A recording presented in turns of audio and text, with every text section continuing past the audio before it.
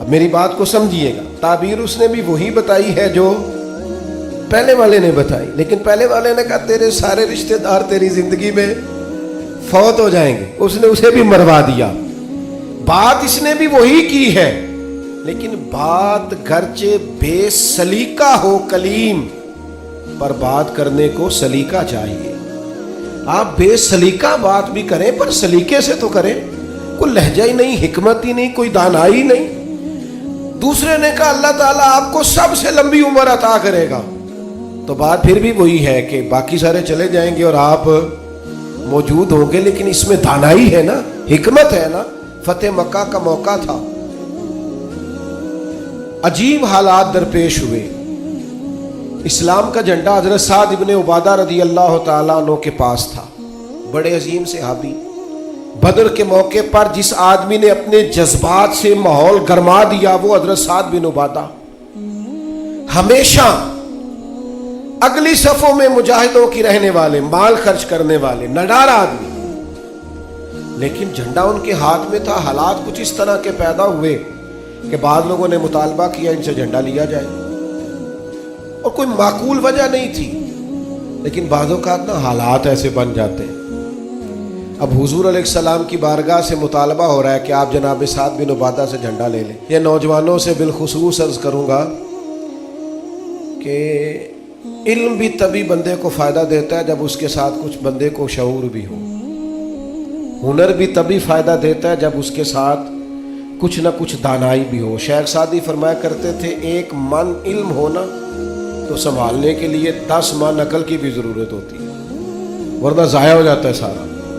دانائی، تدبر، یہ دیکھیے امی لقبی محبوب سے ہم نے دانائی سیکھنی ہے، تدبر سیکھنا ہے، فہم و فراست سیکھنی ہے۔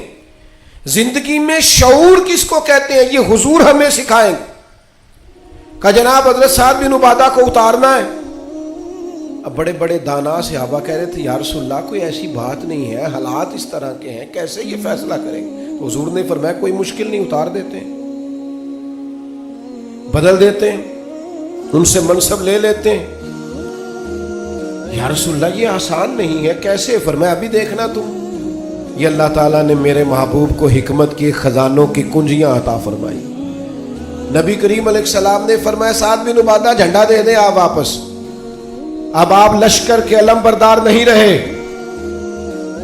انہوں نے بوجھل ہاتھوں سے جھنڈا تھما ہوا تھا، پریشان تھے کہ کوئی ایسی بات نہیں۔ جب حضور نے کہا دیں تو وہ غلام تھے، سانو قید سجن دا گہنا ہے، وہ جینج رکھے ایسا اونج رہنا ہے۔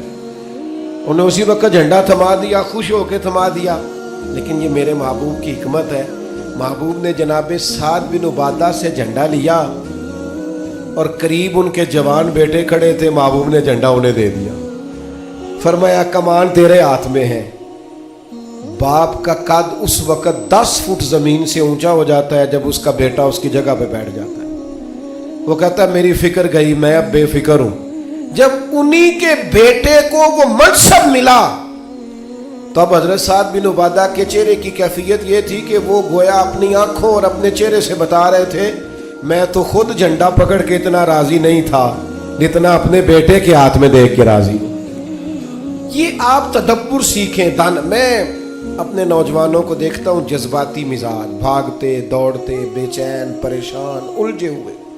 ابھی میں ملک سے باہر تھا، میرے ساتھ اکثر ایسے ہوتا ہے، بیرون ملک جو لوگ ہوتے ہیں نا وہ زیادہ پریشان ہوتے ہیں پاکستان کے حالات کو لے کر، وہ زیادہ خبریں دیکھتے ہیں۔ ایک صاحب مجھ سے کہنے لگے پاکستان کے حالات، میں نے کہا بالکل ٹھیک ہے، یہ اتار چڑھاؤ ہے، زندگی کے ساتھ چلتا ہے، بے چینی نہیں، بے قراری نہیں، الجھاؤ نہیں، ہر وقت کا اضطراب نہیں، دانائی، تدبر، حکمت، معاملہ فہمی، یہ ہمیں ہمارے رسول پاک نے عطا فرمائی۔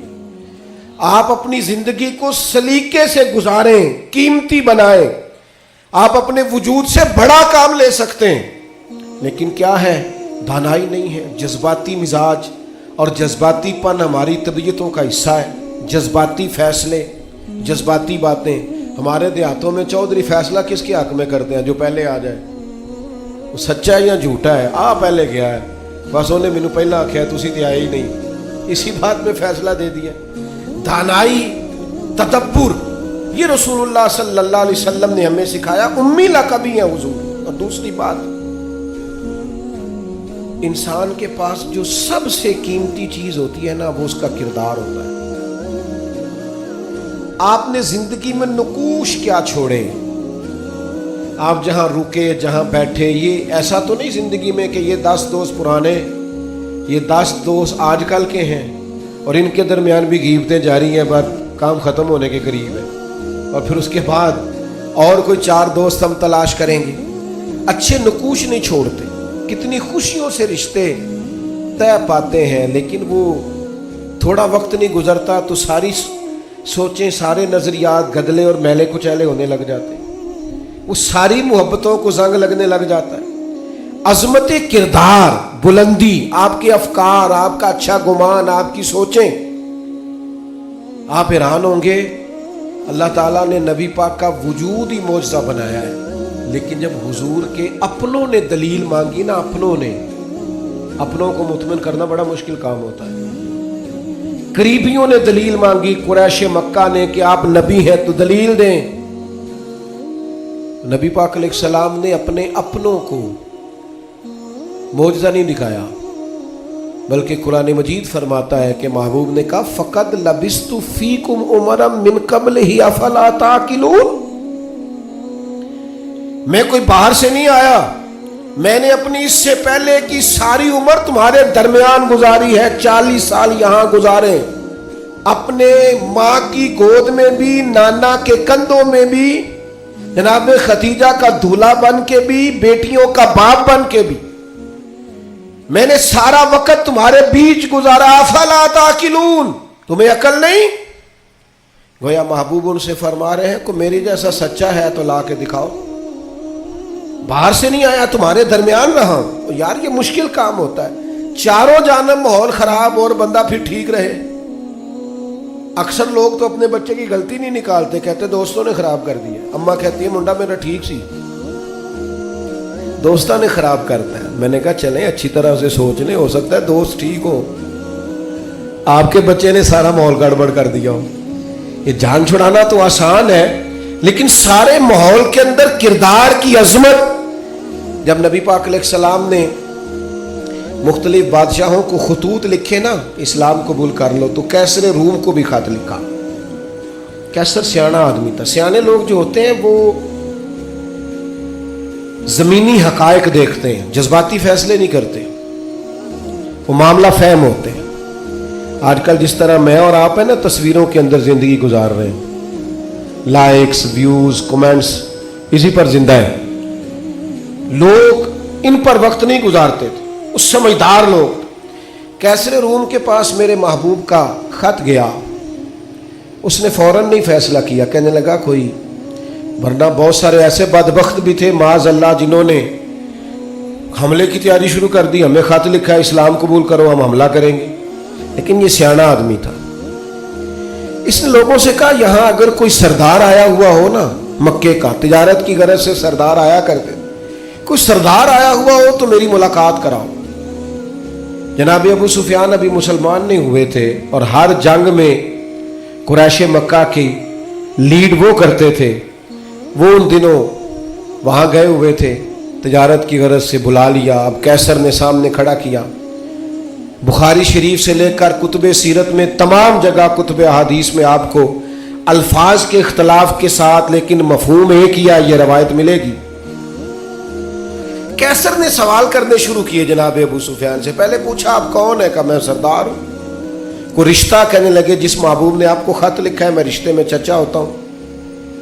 کہنے لگے بتائیے، اس محبوب نے دعویٰ نبوت کیا ہے، ان کے خاندان میں ماضی قریب میں کسی اور نے بھی کیا ہے؟ کہا نہیں۔ کہا کوئی بادشاہ گزرا ہو ان کے خاندان میں قریب کا؟ کوئی نہیں۔ کہا یہ بتائیے ان کے ماننے والے امیر ہیں کہ غریب؟ تو ابو سفیان کہنے لگا ماڑے ماڑے بندے، ماڑے ماڑے بندے۔ میں آپ مجھ سے ناراض نہ ہوئیے گا، لیکن محفل میلاد میں بھی ماڑے ماڑے بندے آتے ہیں، سیاسی سماجی لوگ بھی آتے ہیں کسی سے ادھاری ٹوپی لے کے، ان کا خیال ہوتا ہے چلو میلاد کی محفل کی بھی قیادت جلدی سے ہم لے لیں، جلوس بھی جلدی سے قبضہ کر لیں، کل کوئی لوگوں کو پاس بھی جانا ہے الیکشن کے دنوں میں، لیکن غریب لوگ۔ پر ہمارا حال یہ ہوتا ہے کہ جس کو 35 سال ہو گئے فجر کی اذان پڑھتے وہ بیچارہ میلاد کی محفل کی بھی صدارت نہیں کر سکتا۔ وہاں بھی جن کے ہاتھوں میں نوٹوں کی دتیاں اچھی ہوں ان کی سیٹیں اگلی ہوتی۔ یہ ذوق ٹھیک نہیں، یہ اس محفل کے وقار کے حق میں نہیں۔ یہ بات یہ بڑی بلند و بالا محفل ہے، اس کا معیار اور ہونا چاہیے۔ پوچھا سردار نے، ابو سفیان بتائیے ماننے والے کون ہیں؟ کہ غریب غریب۔ فرمایا یہ بتاؤ تمہاری کبھی ان سے جنگ بھی ہوئی ہے؟ کہا ہوئی ہے۔ کہ نتیجہ کیا نکلا؟ کہا کبھی ہم فتح یاب ہوئے کبھی وہ۔ کہنے لگا اچھا یہ بتائیں ان کے ماننے والے گھٹ رہے ہیں بڑھ رہے ہیں؟ ابو سفیان کہنے لگا جی بڑھ تو روز بروز رہے ہیں اور نتیجہ خیز ہو رہی ہے دعوت۔ اس نے کہا اچھا یہ بتائیں جنہوں نے دعوی نبوت کیا ہے کیا کبھی انہوں نے جھوٹ بھی بولا ہے؟ ابو سفیان کہتے ہیں کہ میں ایک منٹ کے لیے سوچ میں مخالف تھا نا، مخالف رائے دے رہا تھا، لیکن میرے دل کے اندر سے آواز آئی معاذ اللہ میں انہیں جادوگر کہوں، شاعر کہوں، شاعر کہوں تو شاید کوئی شخص میری بات پر توجہ دے، پر نبی پاک نے جھوٹ بولا یہ تو مانے گا ہی کوئی نہیں۔ کہتے میں نے کہا بات بالکل سچی کرنی ہے، وہ میرے سامنے پیدا ہوئے، سامنے جوان ہوئے، سامنے ان کے بال سفید ہوئے، پر اس محبوب کی زبان سے جو بھی نکلتا ہے حق اور سچ ہی نکلتا ہے۔ میں کیسے آپ کو یہ بات عرض کروں کہ بغیر وجہ کے لوگ جھوٹ بولتے، ان کا کوئی فائدہ نہیں، کوئی دنیاوی نفع بھی نہیں، جان بوجھ کے ڈینگے مارتے ہیں، بڑھ کے کوئی لینا دینا ہی نہیں، بلا وجہ جھوٹ یہ انسان کے کردار کو داغدار کر دیتا ہے۔ دنیا کے کسی بڑے تاجر پر ہاتھ رکھیے، بڑے سے بڑے بزنس مین پر، اس سے پوچھئے کہ تمہاری بزنس میں کامیابی کی وجہ کیا بنی؟ انویسٹمنٹ زیادہ کی تھی، پڑھے لکھے زیادہ تھے؟ آپ کو ہر بزنس مین کہے گا صرف اللہ نے میرا مارکیٹ میں اعتبار بنا دیا تھا۔ جس کا اعتبار مارکیٹ میں اچھا ہوتا ہے لوگ کہتے ہیں بندہ ٹھیک ہے، سچ بولتا ہے، اس کا کاروبار چلتا ہے۔ کبھی جھوٹ اور بددیانتی اور فریب سے بھی قومیں آگے بڑھی۔ ابو سفیان کہتے ہیں مجھ سے پوچھا، ایک سوال یہ بھی تھا ان سوالوں میں کہ خاندان کیسا ہے؟ تو میں نے کہا خاندان تو قریشی اور ہاشمی ہے، اعلیٰ خاندان محبوب کا۔ تو کہتے ہیں میں نے کہا بادشاہ کو نتیجہ ہی دے، اتنے تو نے سوال کیے۔ تو کہنے لگا نتیجہ تو نکل آیا ہے۔ تم نے کہا ماننے والے غریب لوگ ہیں، تو نبیوں پر ہمیشہ پہلے غریب لوگ ہی مان لاتے ہیں۔ تم نے کہا ماننے والے بڑھ رہے ہیں، تو یہ ان کی صداقت کی دلیل ہے کہ ہر روز دعوت اور پیغام اور ماننے والے بڑھ رہے ہیں۔ تم نے کہا وہ اعلیٰ نسب ہے، تو نبی اللہ ہمیشہ اونچے خاندانوں میں بھیجا کرتا ہے۔ تم نے کہا انہوں نے کبھی جھوٹ نہیں بولا، تو سردار سچ بتانا، جو بندہ بندوں سے جھوٹ نہیں بولتا وہ یہ جھوٹ کیوں بولے گا کہ میں اللہ کا رسول بن کے آیا ہوں؟ نتیجہ تو نکل آیا۔ اسیر دشمن کی چاہ میں بھی، مخالفوں کی نگاہ میں بھی وہ امی ہے، صادق ہے، معتبر ہے، میرا پیغمبر عظیم تر ہے۔ کردار کی جو عظمت ہے نا، کردار کی، یار آپ کی اور میری زندگی کچھ اصول تو ہونے چاہیے، کچھ قاعدے، کچھ ضابطے، جدھر کی ہوا ہوئی ادھر کے ہو گئے۔ آج کل یہ نیا والا فیشن ہے لہذا یہ اپنا لو۔ بھئی ہم کوئی ہوا کے دوش پہ ہیں، کوئی لاوارث ہیں، اپنی کوئی تہذیب نہیں، تمدن نہیں، مزاج نہیں، طبیعت نہیں، یعنی جس طرح کا ماحول ہے اس طرح کے بن جاؤ۔ کردار میں کچھ قاعدے زندگی میں بنانے چاہیے، کچھ اصول وضع کرنے چاہیے، کچھ چیزیں طے کرنی چاہیے کہ مجھے ان حدود سے آگے نہیں بڑھنا۔ مومن کی اپنی ایک ذاتی شخصیت ہوتی، اس کا ایک اپنا رکھ رکھاؤ ہوتا ہے، اس کی اپنی ایک وفاداری ہوتی۔ آپ جائیے اپنے بزرگوں سے ملیے، دیہاتوں کے لوگ کیا کہتے ہیں؟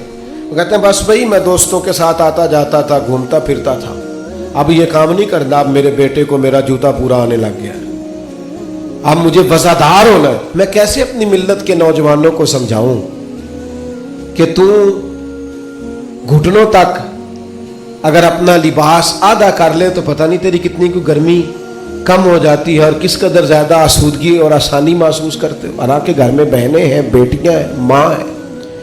بندے کی ایک اپنی وفاداری بھی ہونی چاہیے, اس کے کچھ قاعدے ضابطے, اٹھنا بیٹھنا, اصول بھی ہونے چاہیے.